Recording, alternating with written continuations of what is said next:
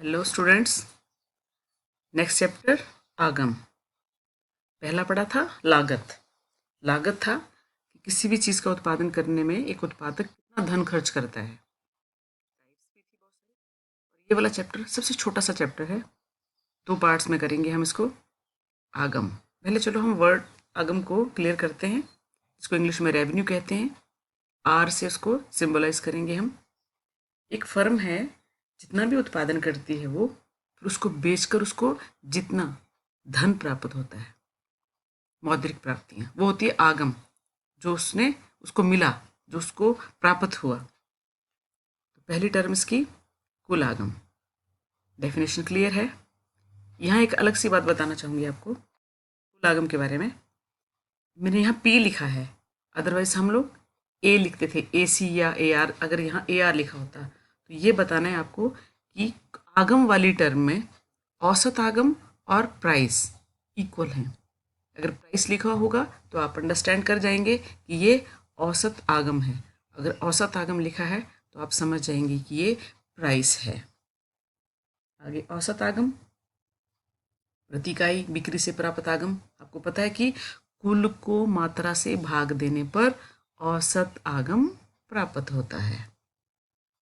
सीमांत आगम, पता है एक अतिरिक्त वर्ड यूज करेंगे। एक अतिरिक्त वस्तु की इकाई की बिक्री करने पर जो कुल आय में परिवर्तन आता है वो सीमांत आगम। ये वर्ड्स आप बार बार पढ़ रहे हो, सिर्फ आपने क्या बदलना है, आगम है, लागत है, उपयोगिता है, जस्ट ये वाला वर्ड आपको चेंज करना है, बाकी वैसे ही रहेंगे। फॉर्मूला अब तक आपको याद हो गया होगा। जैसे आपने एमसी में पढ़ा था, T C N minus 1, same वैसे ही एम आर में टी आर एन माइनस 1 की निचली वाली वैल्यू से ऊपर वाली वैल्यू को माइनस करना होता है। अब ये तीसरी बार है। पहले आपने एम यू पढ़ा था, उसके बाद आपने एम सी पढ़ा था, अब आप एम आर पढ़ रहे हो। एम यू पढ़ा था उपयोगिता में, सी पढ़ा था लागत में, और आर पढ़ रहे हो रेवेन्यू में। आज आपको सिर्फ एक क्वेश्चन करना है बड़ा, इसको आपने पूरी तरह से एक्सप्लेन करना है। पेज एक्सप्लेनेशन का बन जाएगा।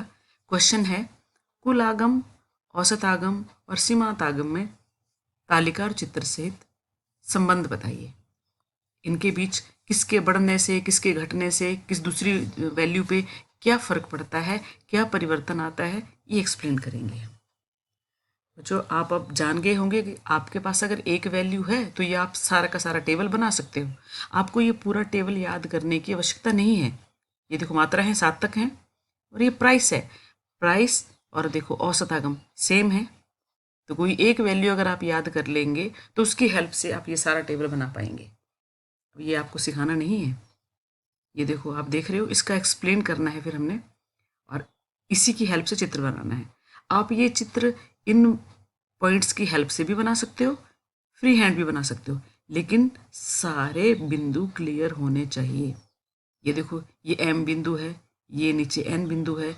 ये सिर्फ कुल आगम को दिखा रहा है ऊपर वाला पोर्शन, निचले वाला औसत आगम और सीमांत आगम को बता रहा है। इसको नीचे की तरफ ले जाने की आवश्यकता इसलिए पड़ी क्योंकि वैल्यू माइनस में भी है। तो आप इनको प्रॉपरली ड्रॉ करोगे और एक्सप्लेन करोगे। मैंने इसके सारे वर्डिंग नहीं लिखी हैं, आप अपने आप इसको देखेंगे कि आपने क्या क्या लिखना है। मैंने जो बेसिक हैं इसकी, जो बहुत ज़रूरी हैं, वो चीज़ें आपको लिख के दी हैं। आपने देखा कि जब ए आर और एम आर कम होते हैं, जैसे ये भी कम हो रहा है और ये भी कम हो रहा है, उस समय जो कुल आगम है वो बढ़ तो रहा है लेकिन घटती दर से।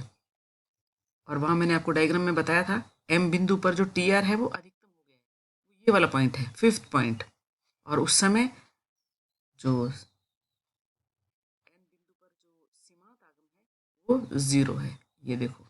और वो हमने यहाँ भी बताया है, देखो ये एन बिंदु पर वो एक्स अक्ष की रेखा पर बना हुआ है, इट मीन्स वो 0 को दर्शा रहा है। उसके नीचे अगर ये रेखा जा रही है तो वो नेगेटिव को दिखाता है। और जब टी आर घटता है, देखो 30 से 28 हो गया, तो एम आर नेगेटिव हो जाता है -2।